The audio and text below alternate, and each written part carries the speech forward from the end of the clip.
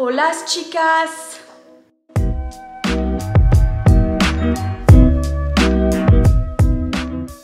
Aujourd'hui je vous retrouve pour une vidéo qui va répondre à beaucoup de questions qui m'ont été demandées sur Instagram depuis le début de ma chaîne concernant les études dans la mode. Donc en fait vraiment le sujet de la vidéo ça va être 5 choses que j'aurais aimé savoir avant de faire une école de mode.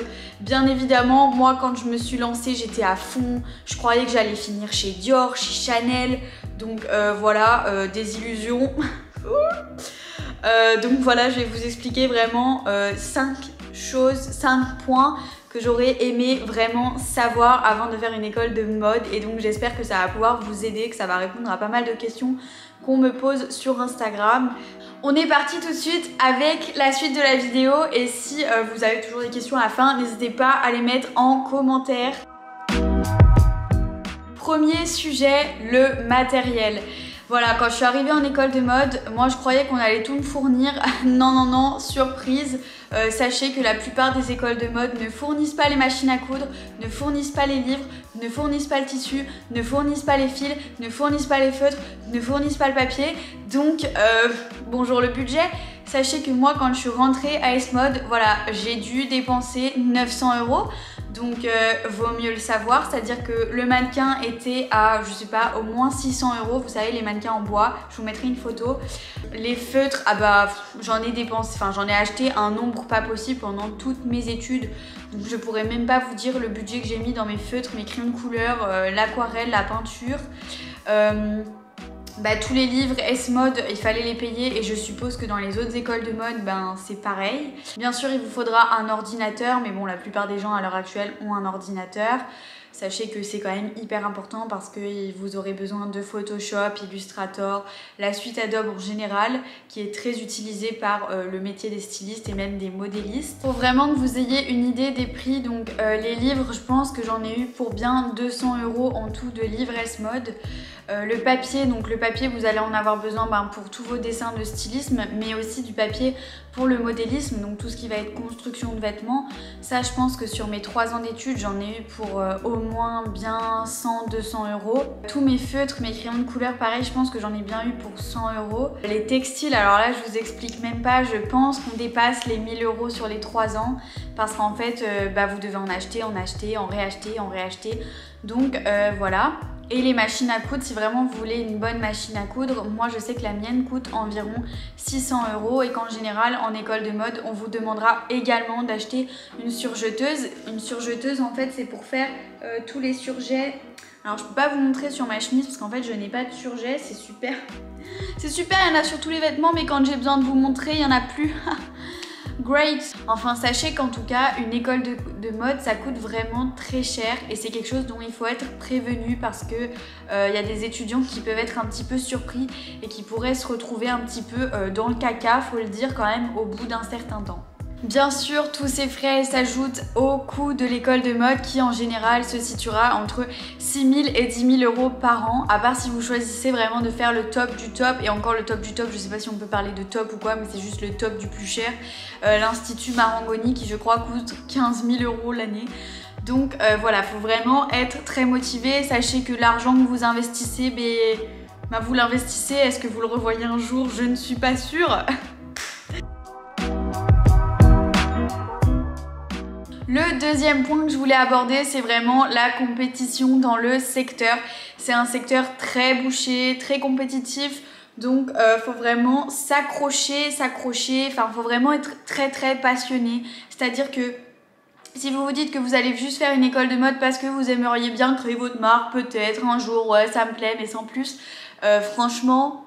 C'est vraiment quelque chose où faut être sûr quoi. Pour vous donner un ordre d'idée, dans ma promo on était environ 50 et sur 50 personnes il doit y en avoir vraiment 20 à 25 qui travaillent en relation avec le produit et encore ce n'est pas des c'est pas un métier de styliste à proprement parler, ce n'est pas des personnes qui dessinent à longueur de journée.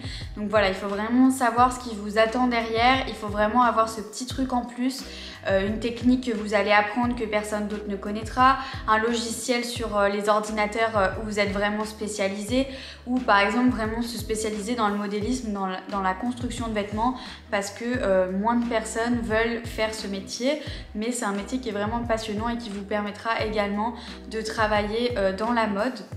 Après, il y a bien sûr énormément de moyens de travailler dans la mode qui pour moi sont plus simples d'accessibilité. Le marketing, en tout cas, business, etc., ça vous aidera à rentrer dans le secteur plus facilement, de mon opinion.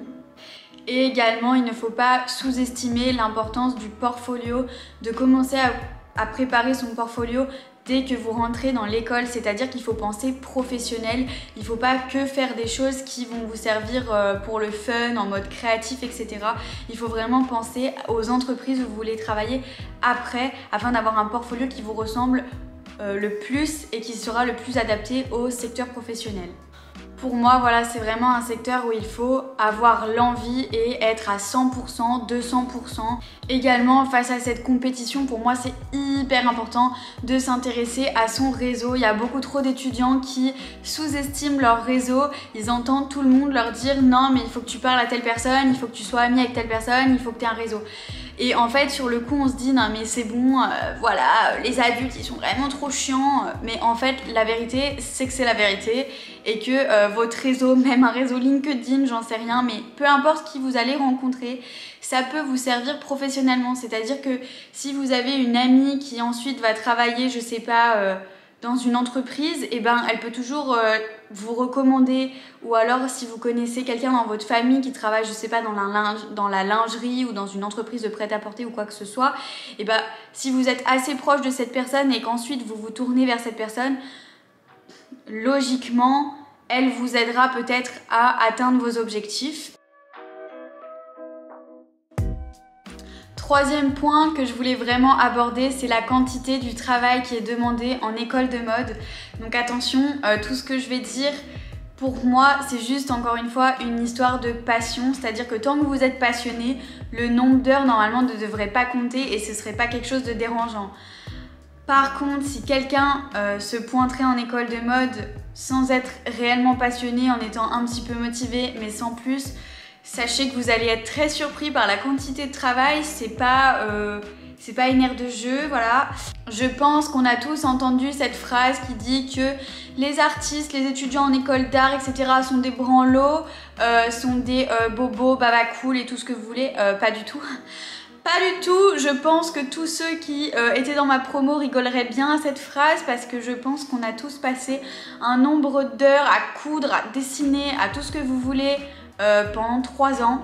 C'est-à-dire que pour vous donner un ordre d'idée, en 3e année quand on faisait notre collection, si vous étiez un petit peu désorganisé, vous étiez facilement debout encore à 4 h du matin en train de faire vos robes, vos chemises, etc. Donc autant vous dire qu'il faut être prêt mentalement, physiquement. C'est des études qui sont très demandantes et il ne faut pas avoir peur de la critique parce que les profs, donc ça dépend vraiment dans quelle école de mode vous allez vous trouver, mais en général les jurys, les professeurs, etc.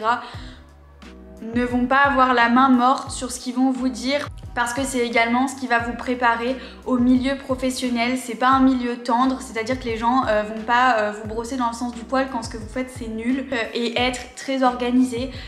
Pour moi c'est vraiment un truc qui a été hyper important, mais quand j'étais en 3e année, alors ça fait un peu la meuf hyper carrée, mais c'est-à-dire que je me levais à 7 h et à 7 h 30 limite j'étais déjà en train de coudre parce que à minuit le soir je voulais dormir. Donc voilà, c'est vraiment une question d'organisation et de voir vos limites, etc. Et du coup, je travaillais environ de 7h30 du matin, 8 h jusqu'à, je pense, bien minuit en faisant des pauses pour manger, quoi, quand même. Voilà, moi, si je peux vraiment vous donner un conseil qui a marché pour moi, c'est vraiment de noter point par point, détailler tout ce que vous devez faire dans une journée et vraiment le détailler au maximum. C'est-à-dire que si vous avez un dessin à faire ou un nombre de dessins à faire, vous n'allez pas juste écrire faire mes dessins, vous allez écrire faire mes 25 silhouettes en noir et blanc ou faire faire mes silhouettes en illustration, en couleur, faire le layout de nanana, voilà, vraiment détailler tout et limite mettre aussi les moments où vous mangez, les moments où vous prenez votre douche, les moments où vous faites le ménage. Ça fait vraiment hyper organisé, un peu psychorigide, mais alors si vous saviez comme ça m'a aidé de faire des to-do list. Le quatrième point que je voulais aborder avec vous, c'est vraiment concernant les candidatures dans les écoles de mode. J'ai reçu un nombre de messages pas possible sur Instagram de jeunes filles qui me demandaient comment ça se passe pour les candidatures en école de mode. Alors vraiment, je vais déconstruire un mythe là tout de suite. Les écoles de mode payantes, sachez que tant que vous pouvez payer et que vous avez l'argent ou que vous leur garantissez que vous allez payer, ils vont pas chercher bien plus loin, et si vous leur amenez juste avec ça vraiment un attrait pour la mode particulier et que vous arrivez à le véhiculer, honnêtement ça leur suffira en règle générale. Faut pas se stresser avec des portfolios quand on sort du bac, honnêtement vous n'avez pas la science infuse, vous ne rentrez pas dans une grande école de dessin où on va vous demander de dessiner de tout et de rien toute la journée pendant 5 ans. Voilà, c'est vraiment, il faut montrer votre passion pour la mode, c'est ça le plus important dans votre discours. Sachez les marques que vous aimez, sachez les influenceuses que vous suivez par exemple, pourquoi vous aimez ces marques, qu'est-ce que vous aimez, est-ce que vous aimez la broderie, est-ce que vous aimez le tricot, est-ce que vous avez déjà testé des trucs chez vous quand vous étiez plus petite. Voilà, ça va être ça en fait, c'est ça à quoi ils s'attendent, c'est vraiment de voir la passion en vous et à quel point vous êtes motivé. Ils savent très bien que vous ne pouvez pas sortir des portfolios incroyables alors que vous n'avez pas fait l'école encore. Et donc là, je parle vraiment pour les écoles privées parce que pour les écoles publiques, c'est vrai qu'ils en demandent un peu plus étant donné que c'est des écoles qui sont plus créatives et qu'il y aura plus de dessins et que c'est des écoles qui sont plus compétitives vu qu'ils ont des places plus limitées. Donc vraiment, si vous postulez dans des écoles payantes, ne vous mettez pas la pression, ça ne sert à rien du tout. Le dernier point que je voudrais aborder, c'est vraiment la motivation. La motivation, c'est ce qui va vous permettre de pouvoir réaliser cette école de mode jusqu'à la fin. Moi, en tout cas, c'est ce qui m'a permis de rester jusqu'à la fin parce que j'étais vraiment passionnée et je voyais pas mes journées passer. C'est-à-dire que bon, si je prends du recul et que je me remets dans la situation de l'étudiante que j'étais, il y a eu des moments où vraiment j'en pouvais plus et que j'avais envie d'arrêter parce que c'était beaucoup trop demandant. Mais la passion et la motivation, c'est ce qui m'a permis d'aller jusqu'au bout. Voilà, vraiment, vu l'investissement que vous y mettez, il faut rester motivé et ça c'est le plus important. La motivation is the key.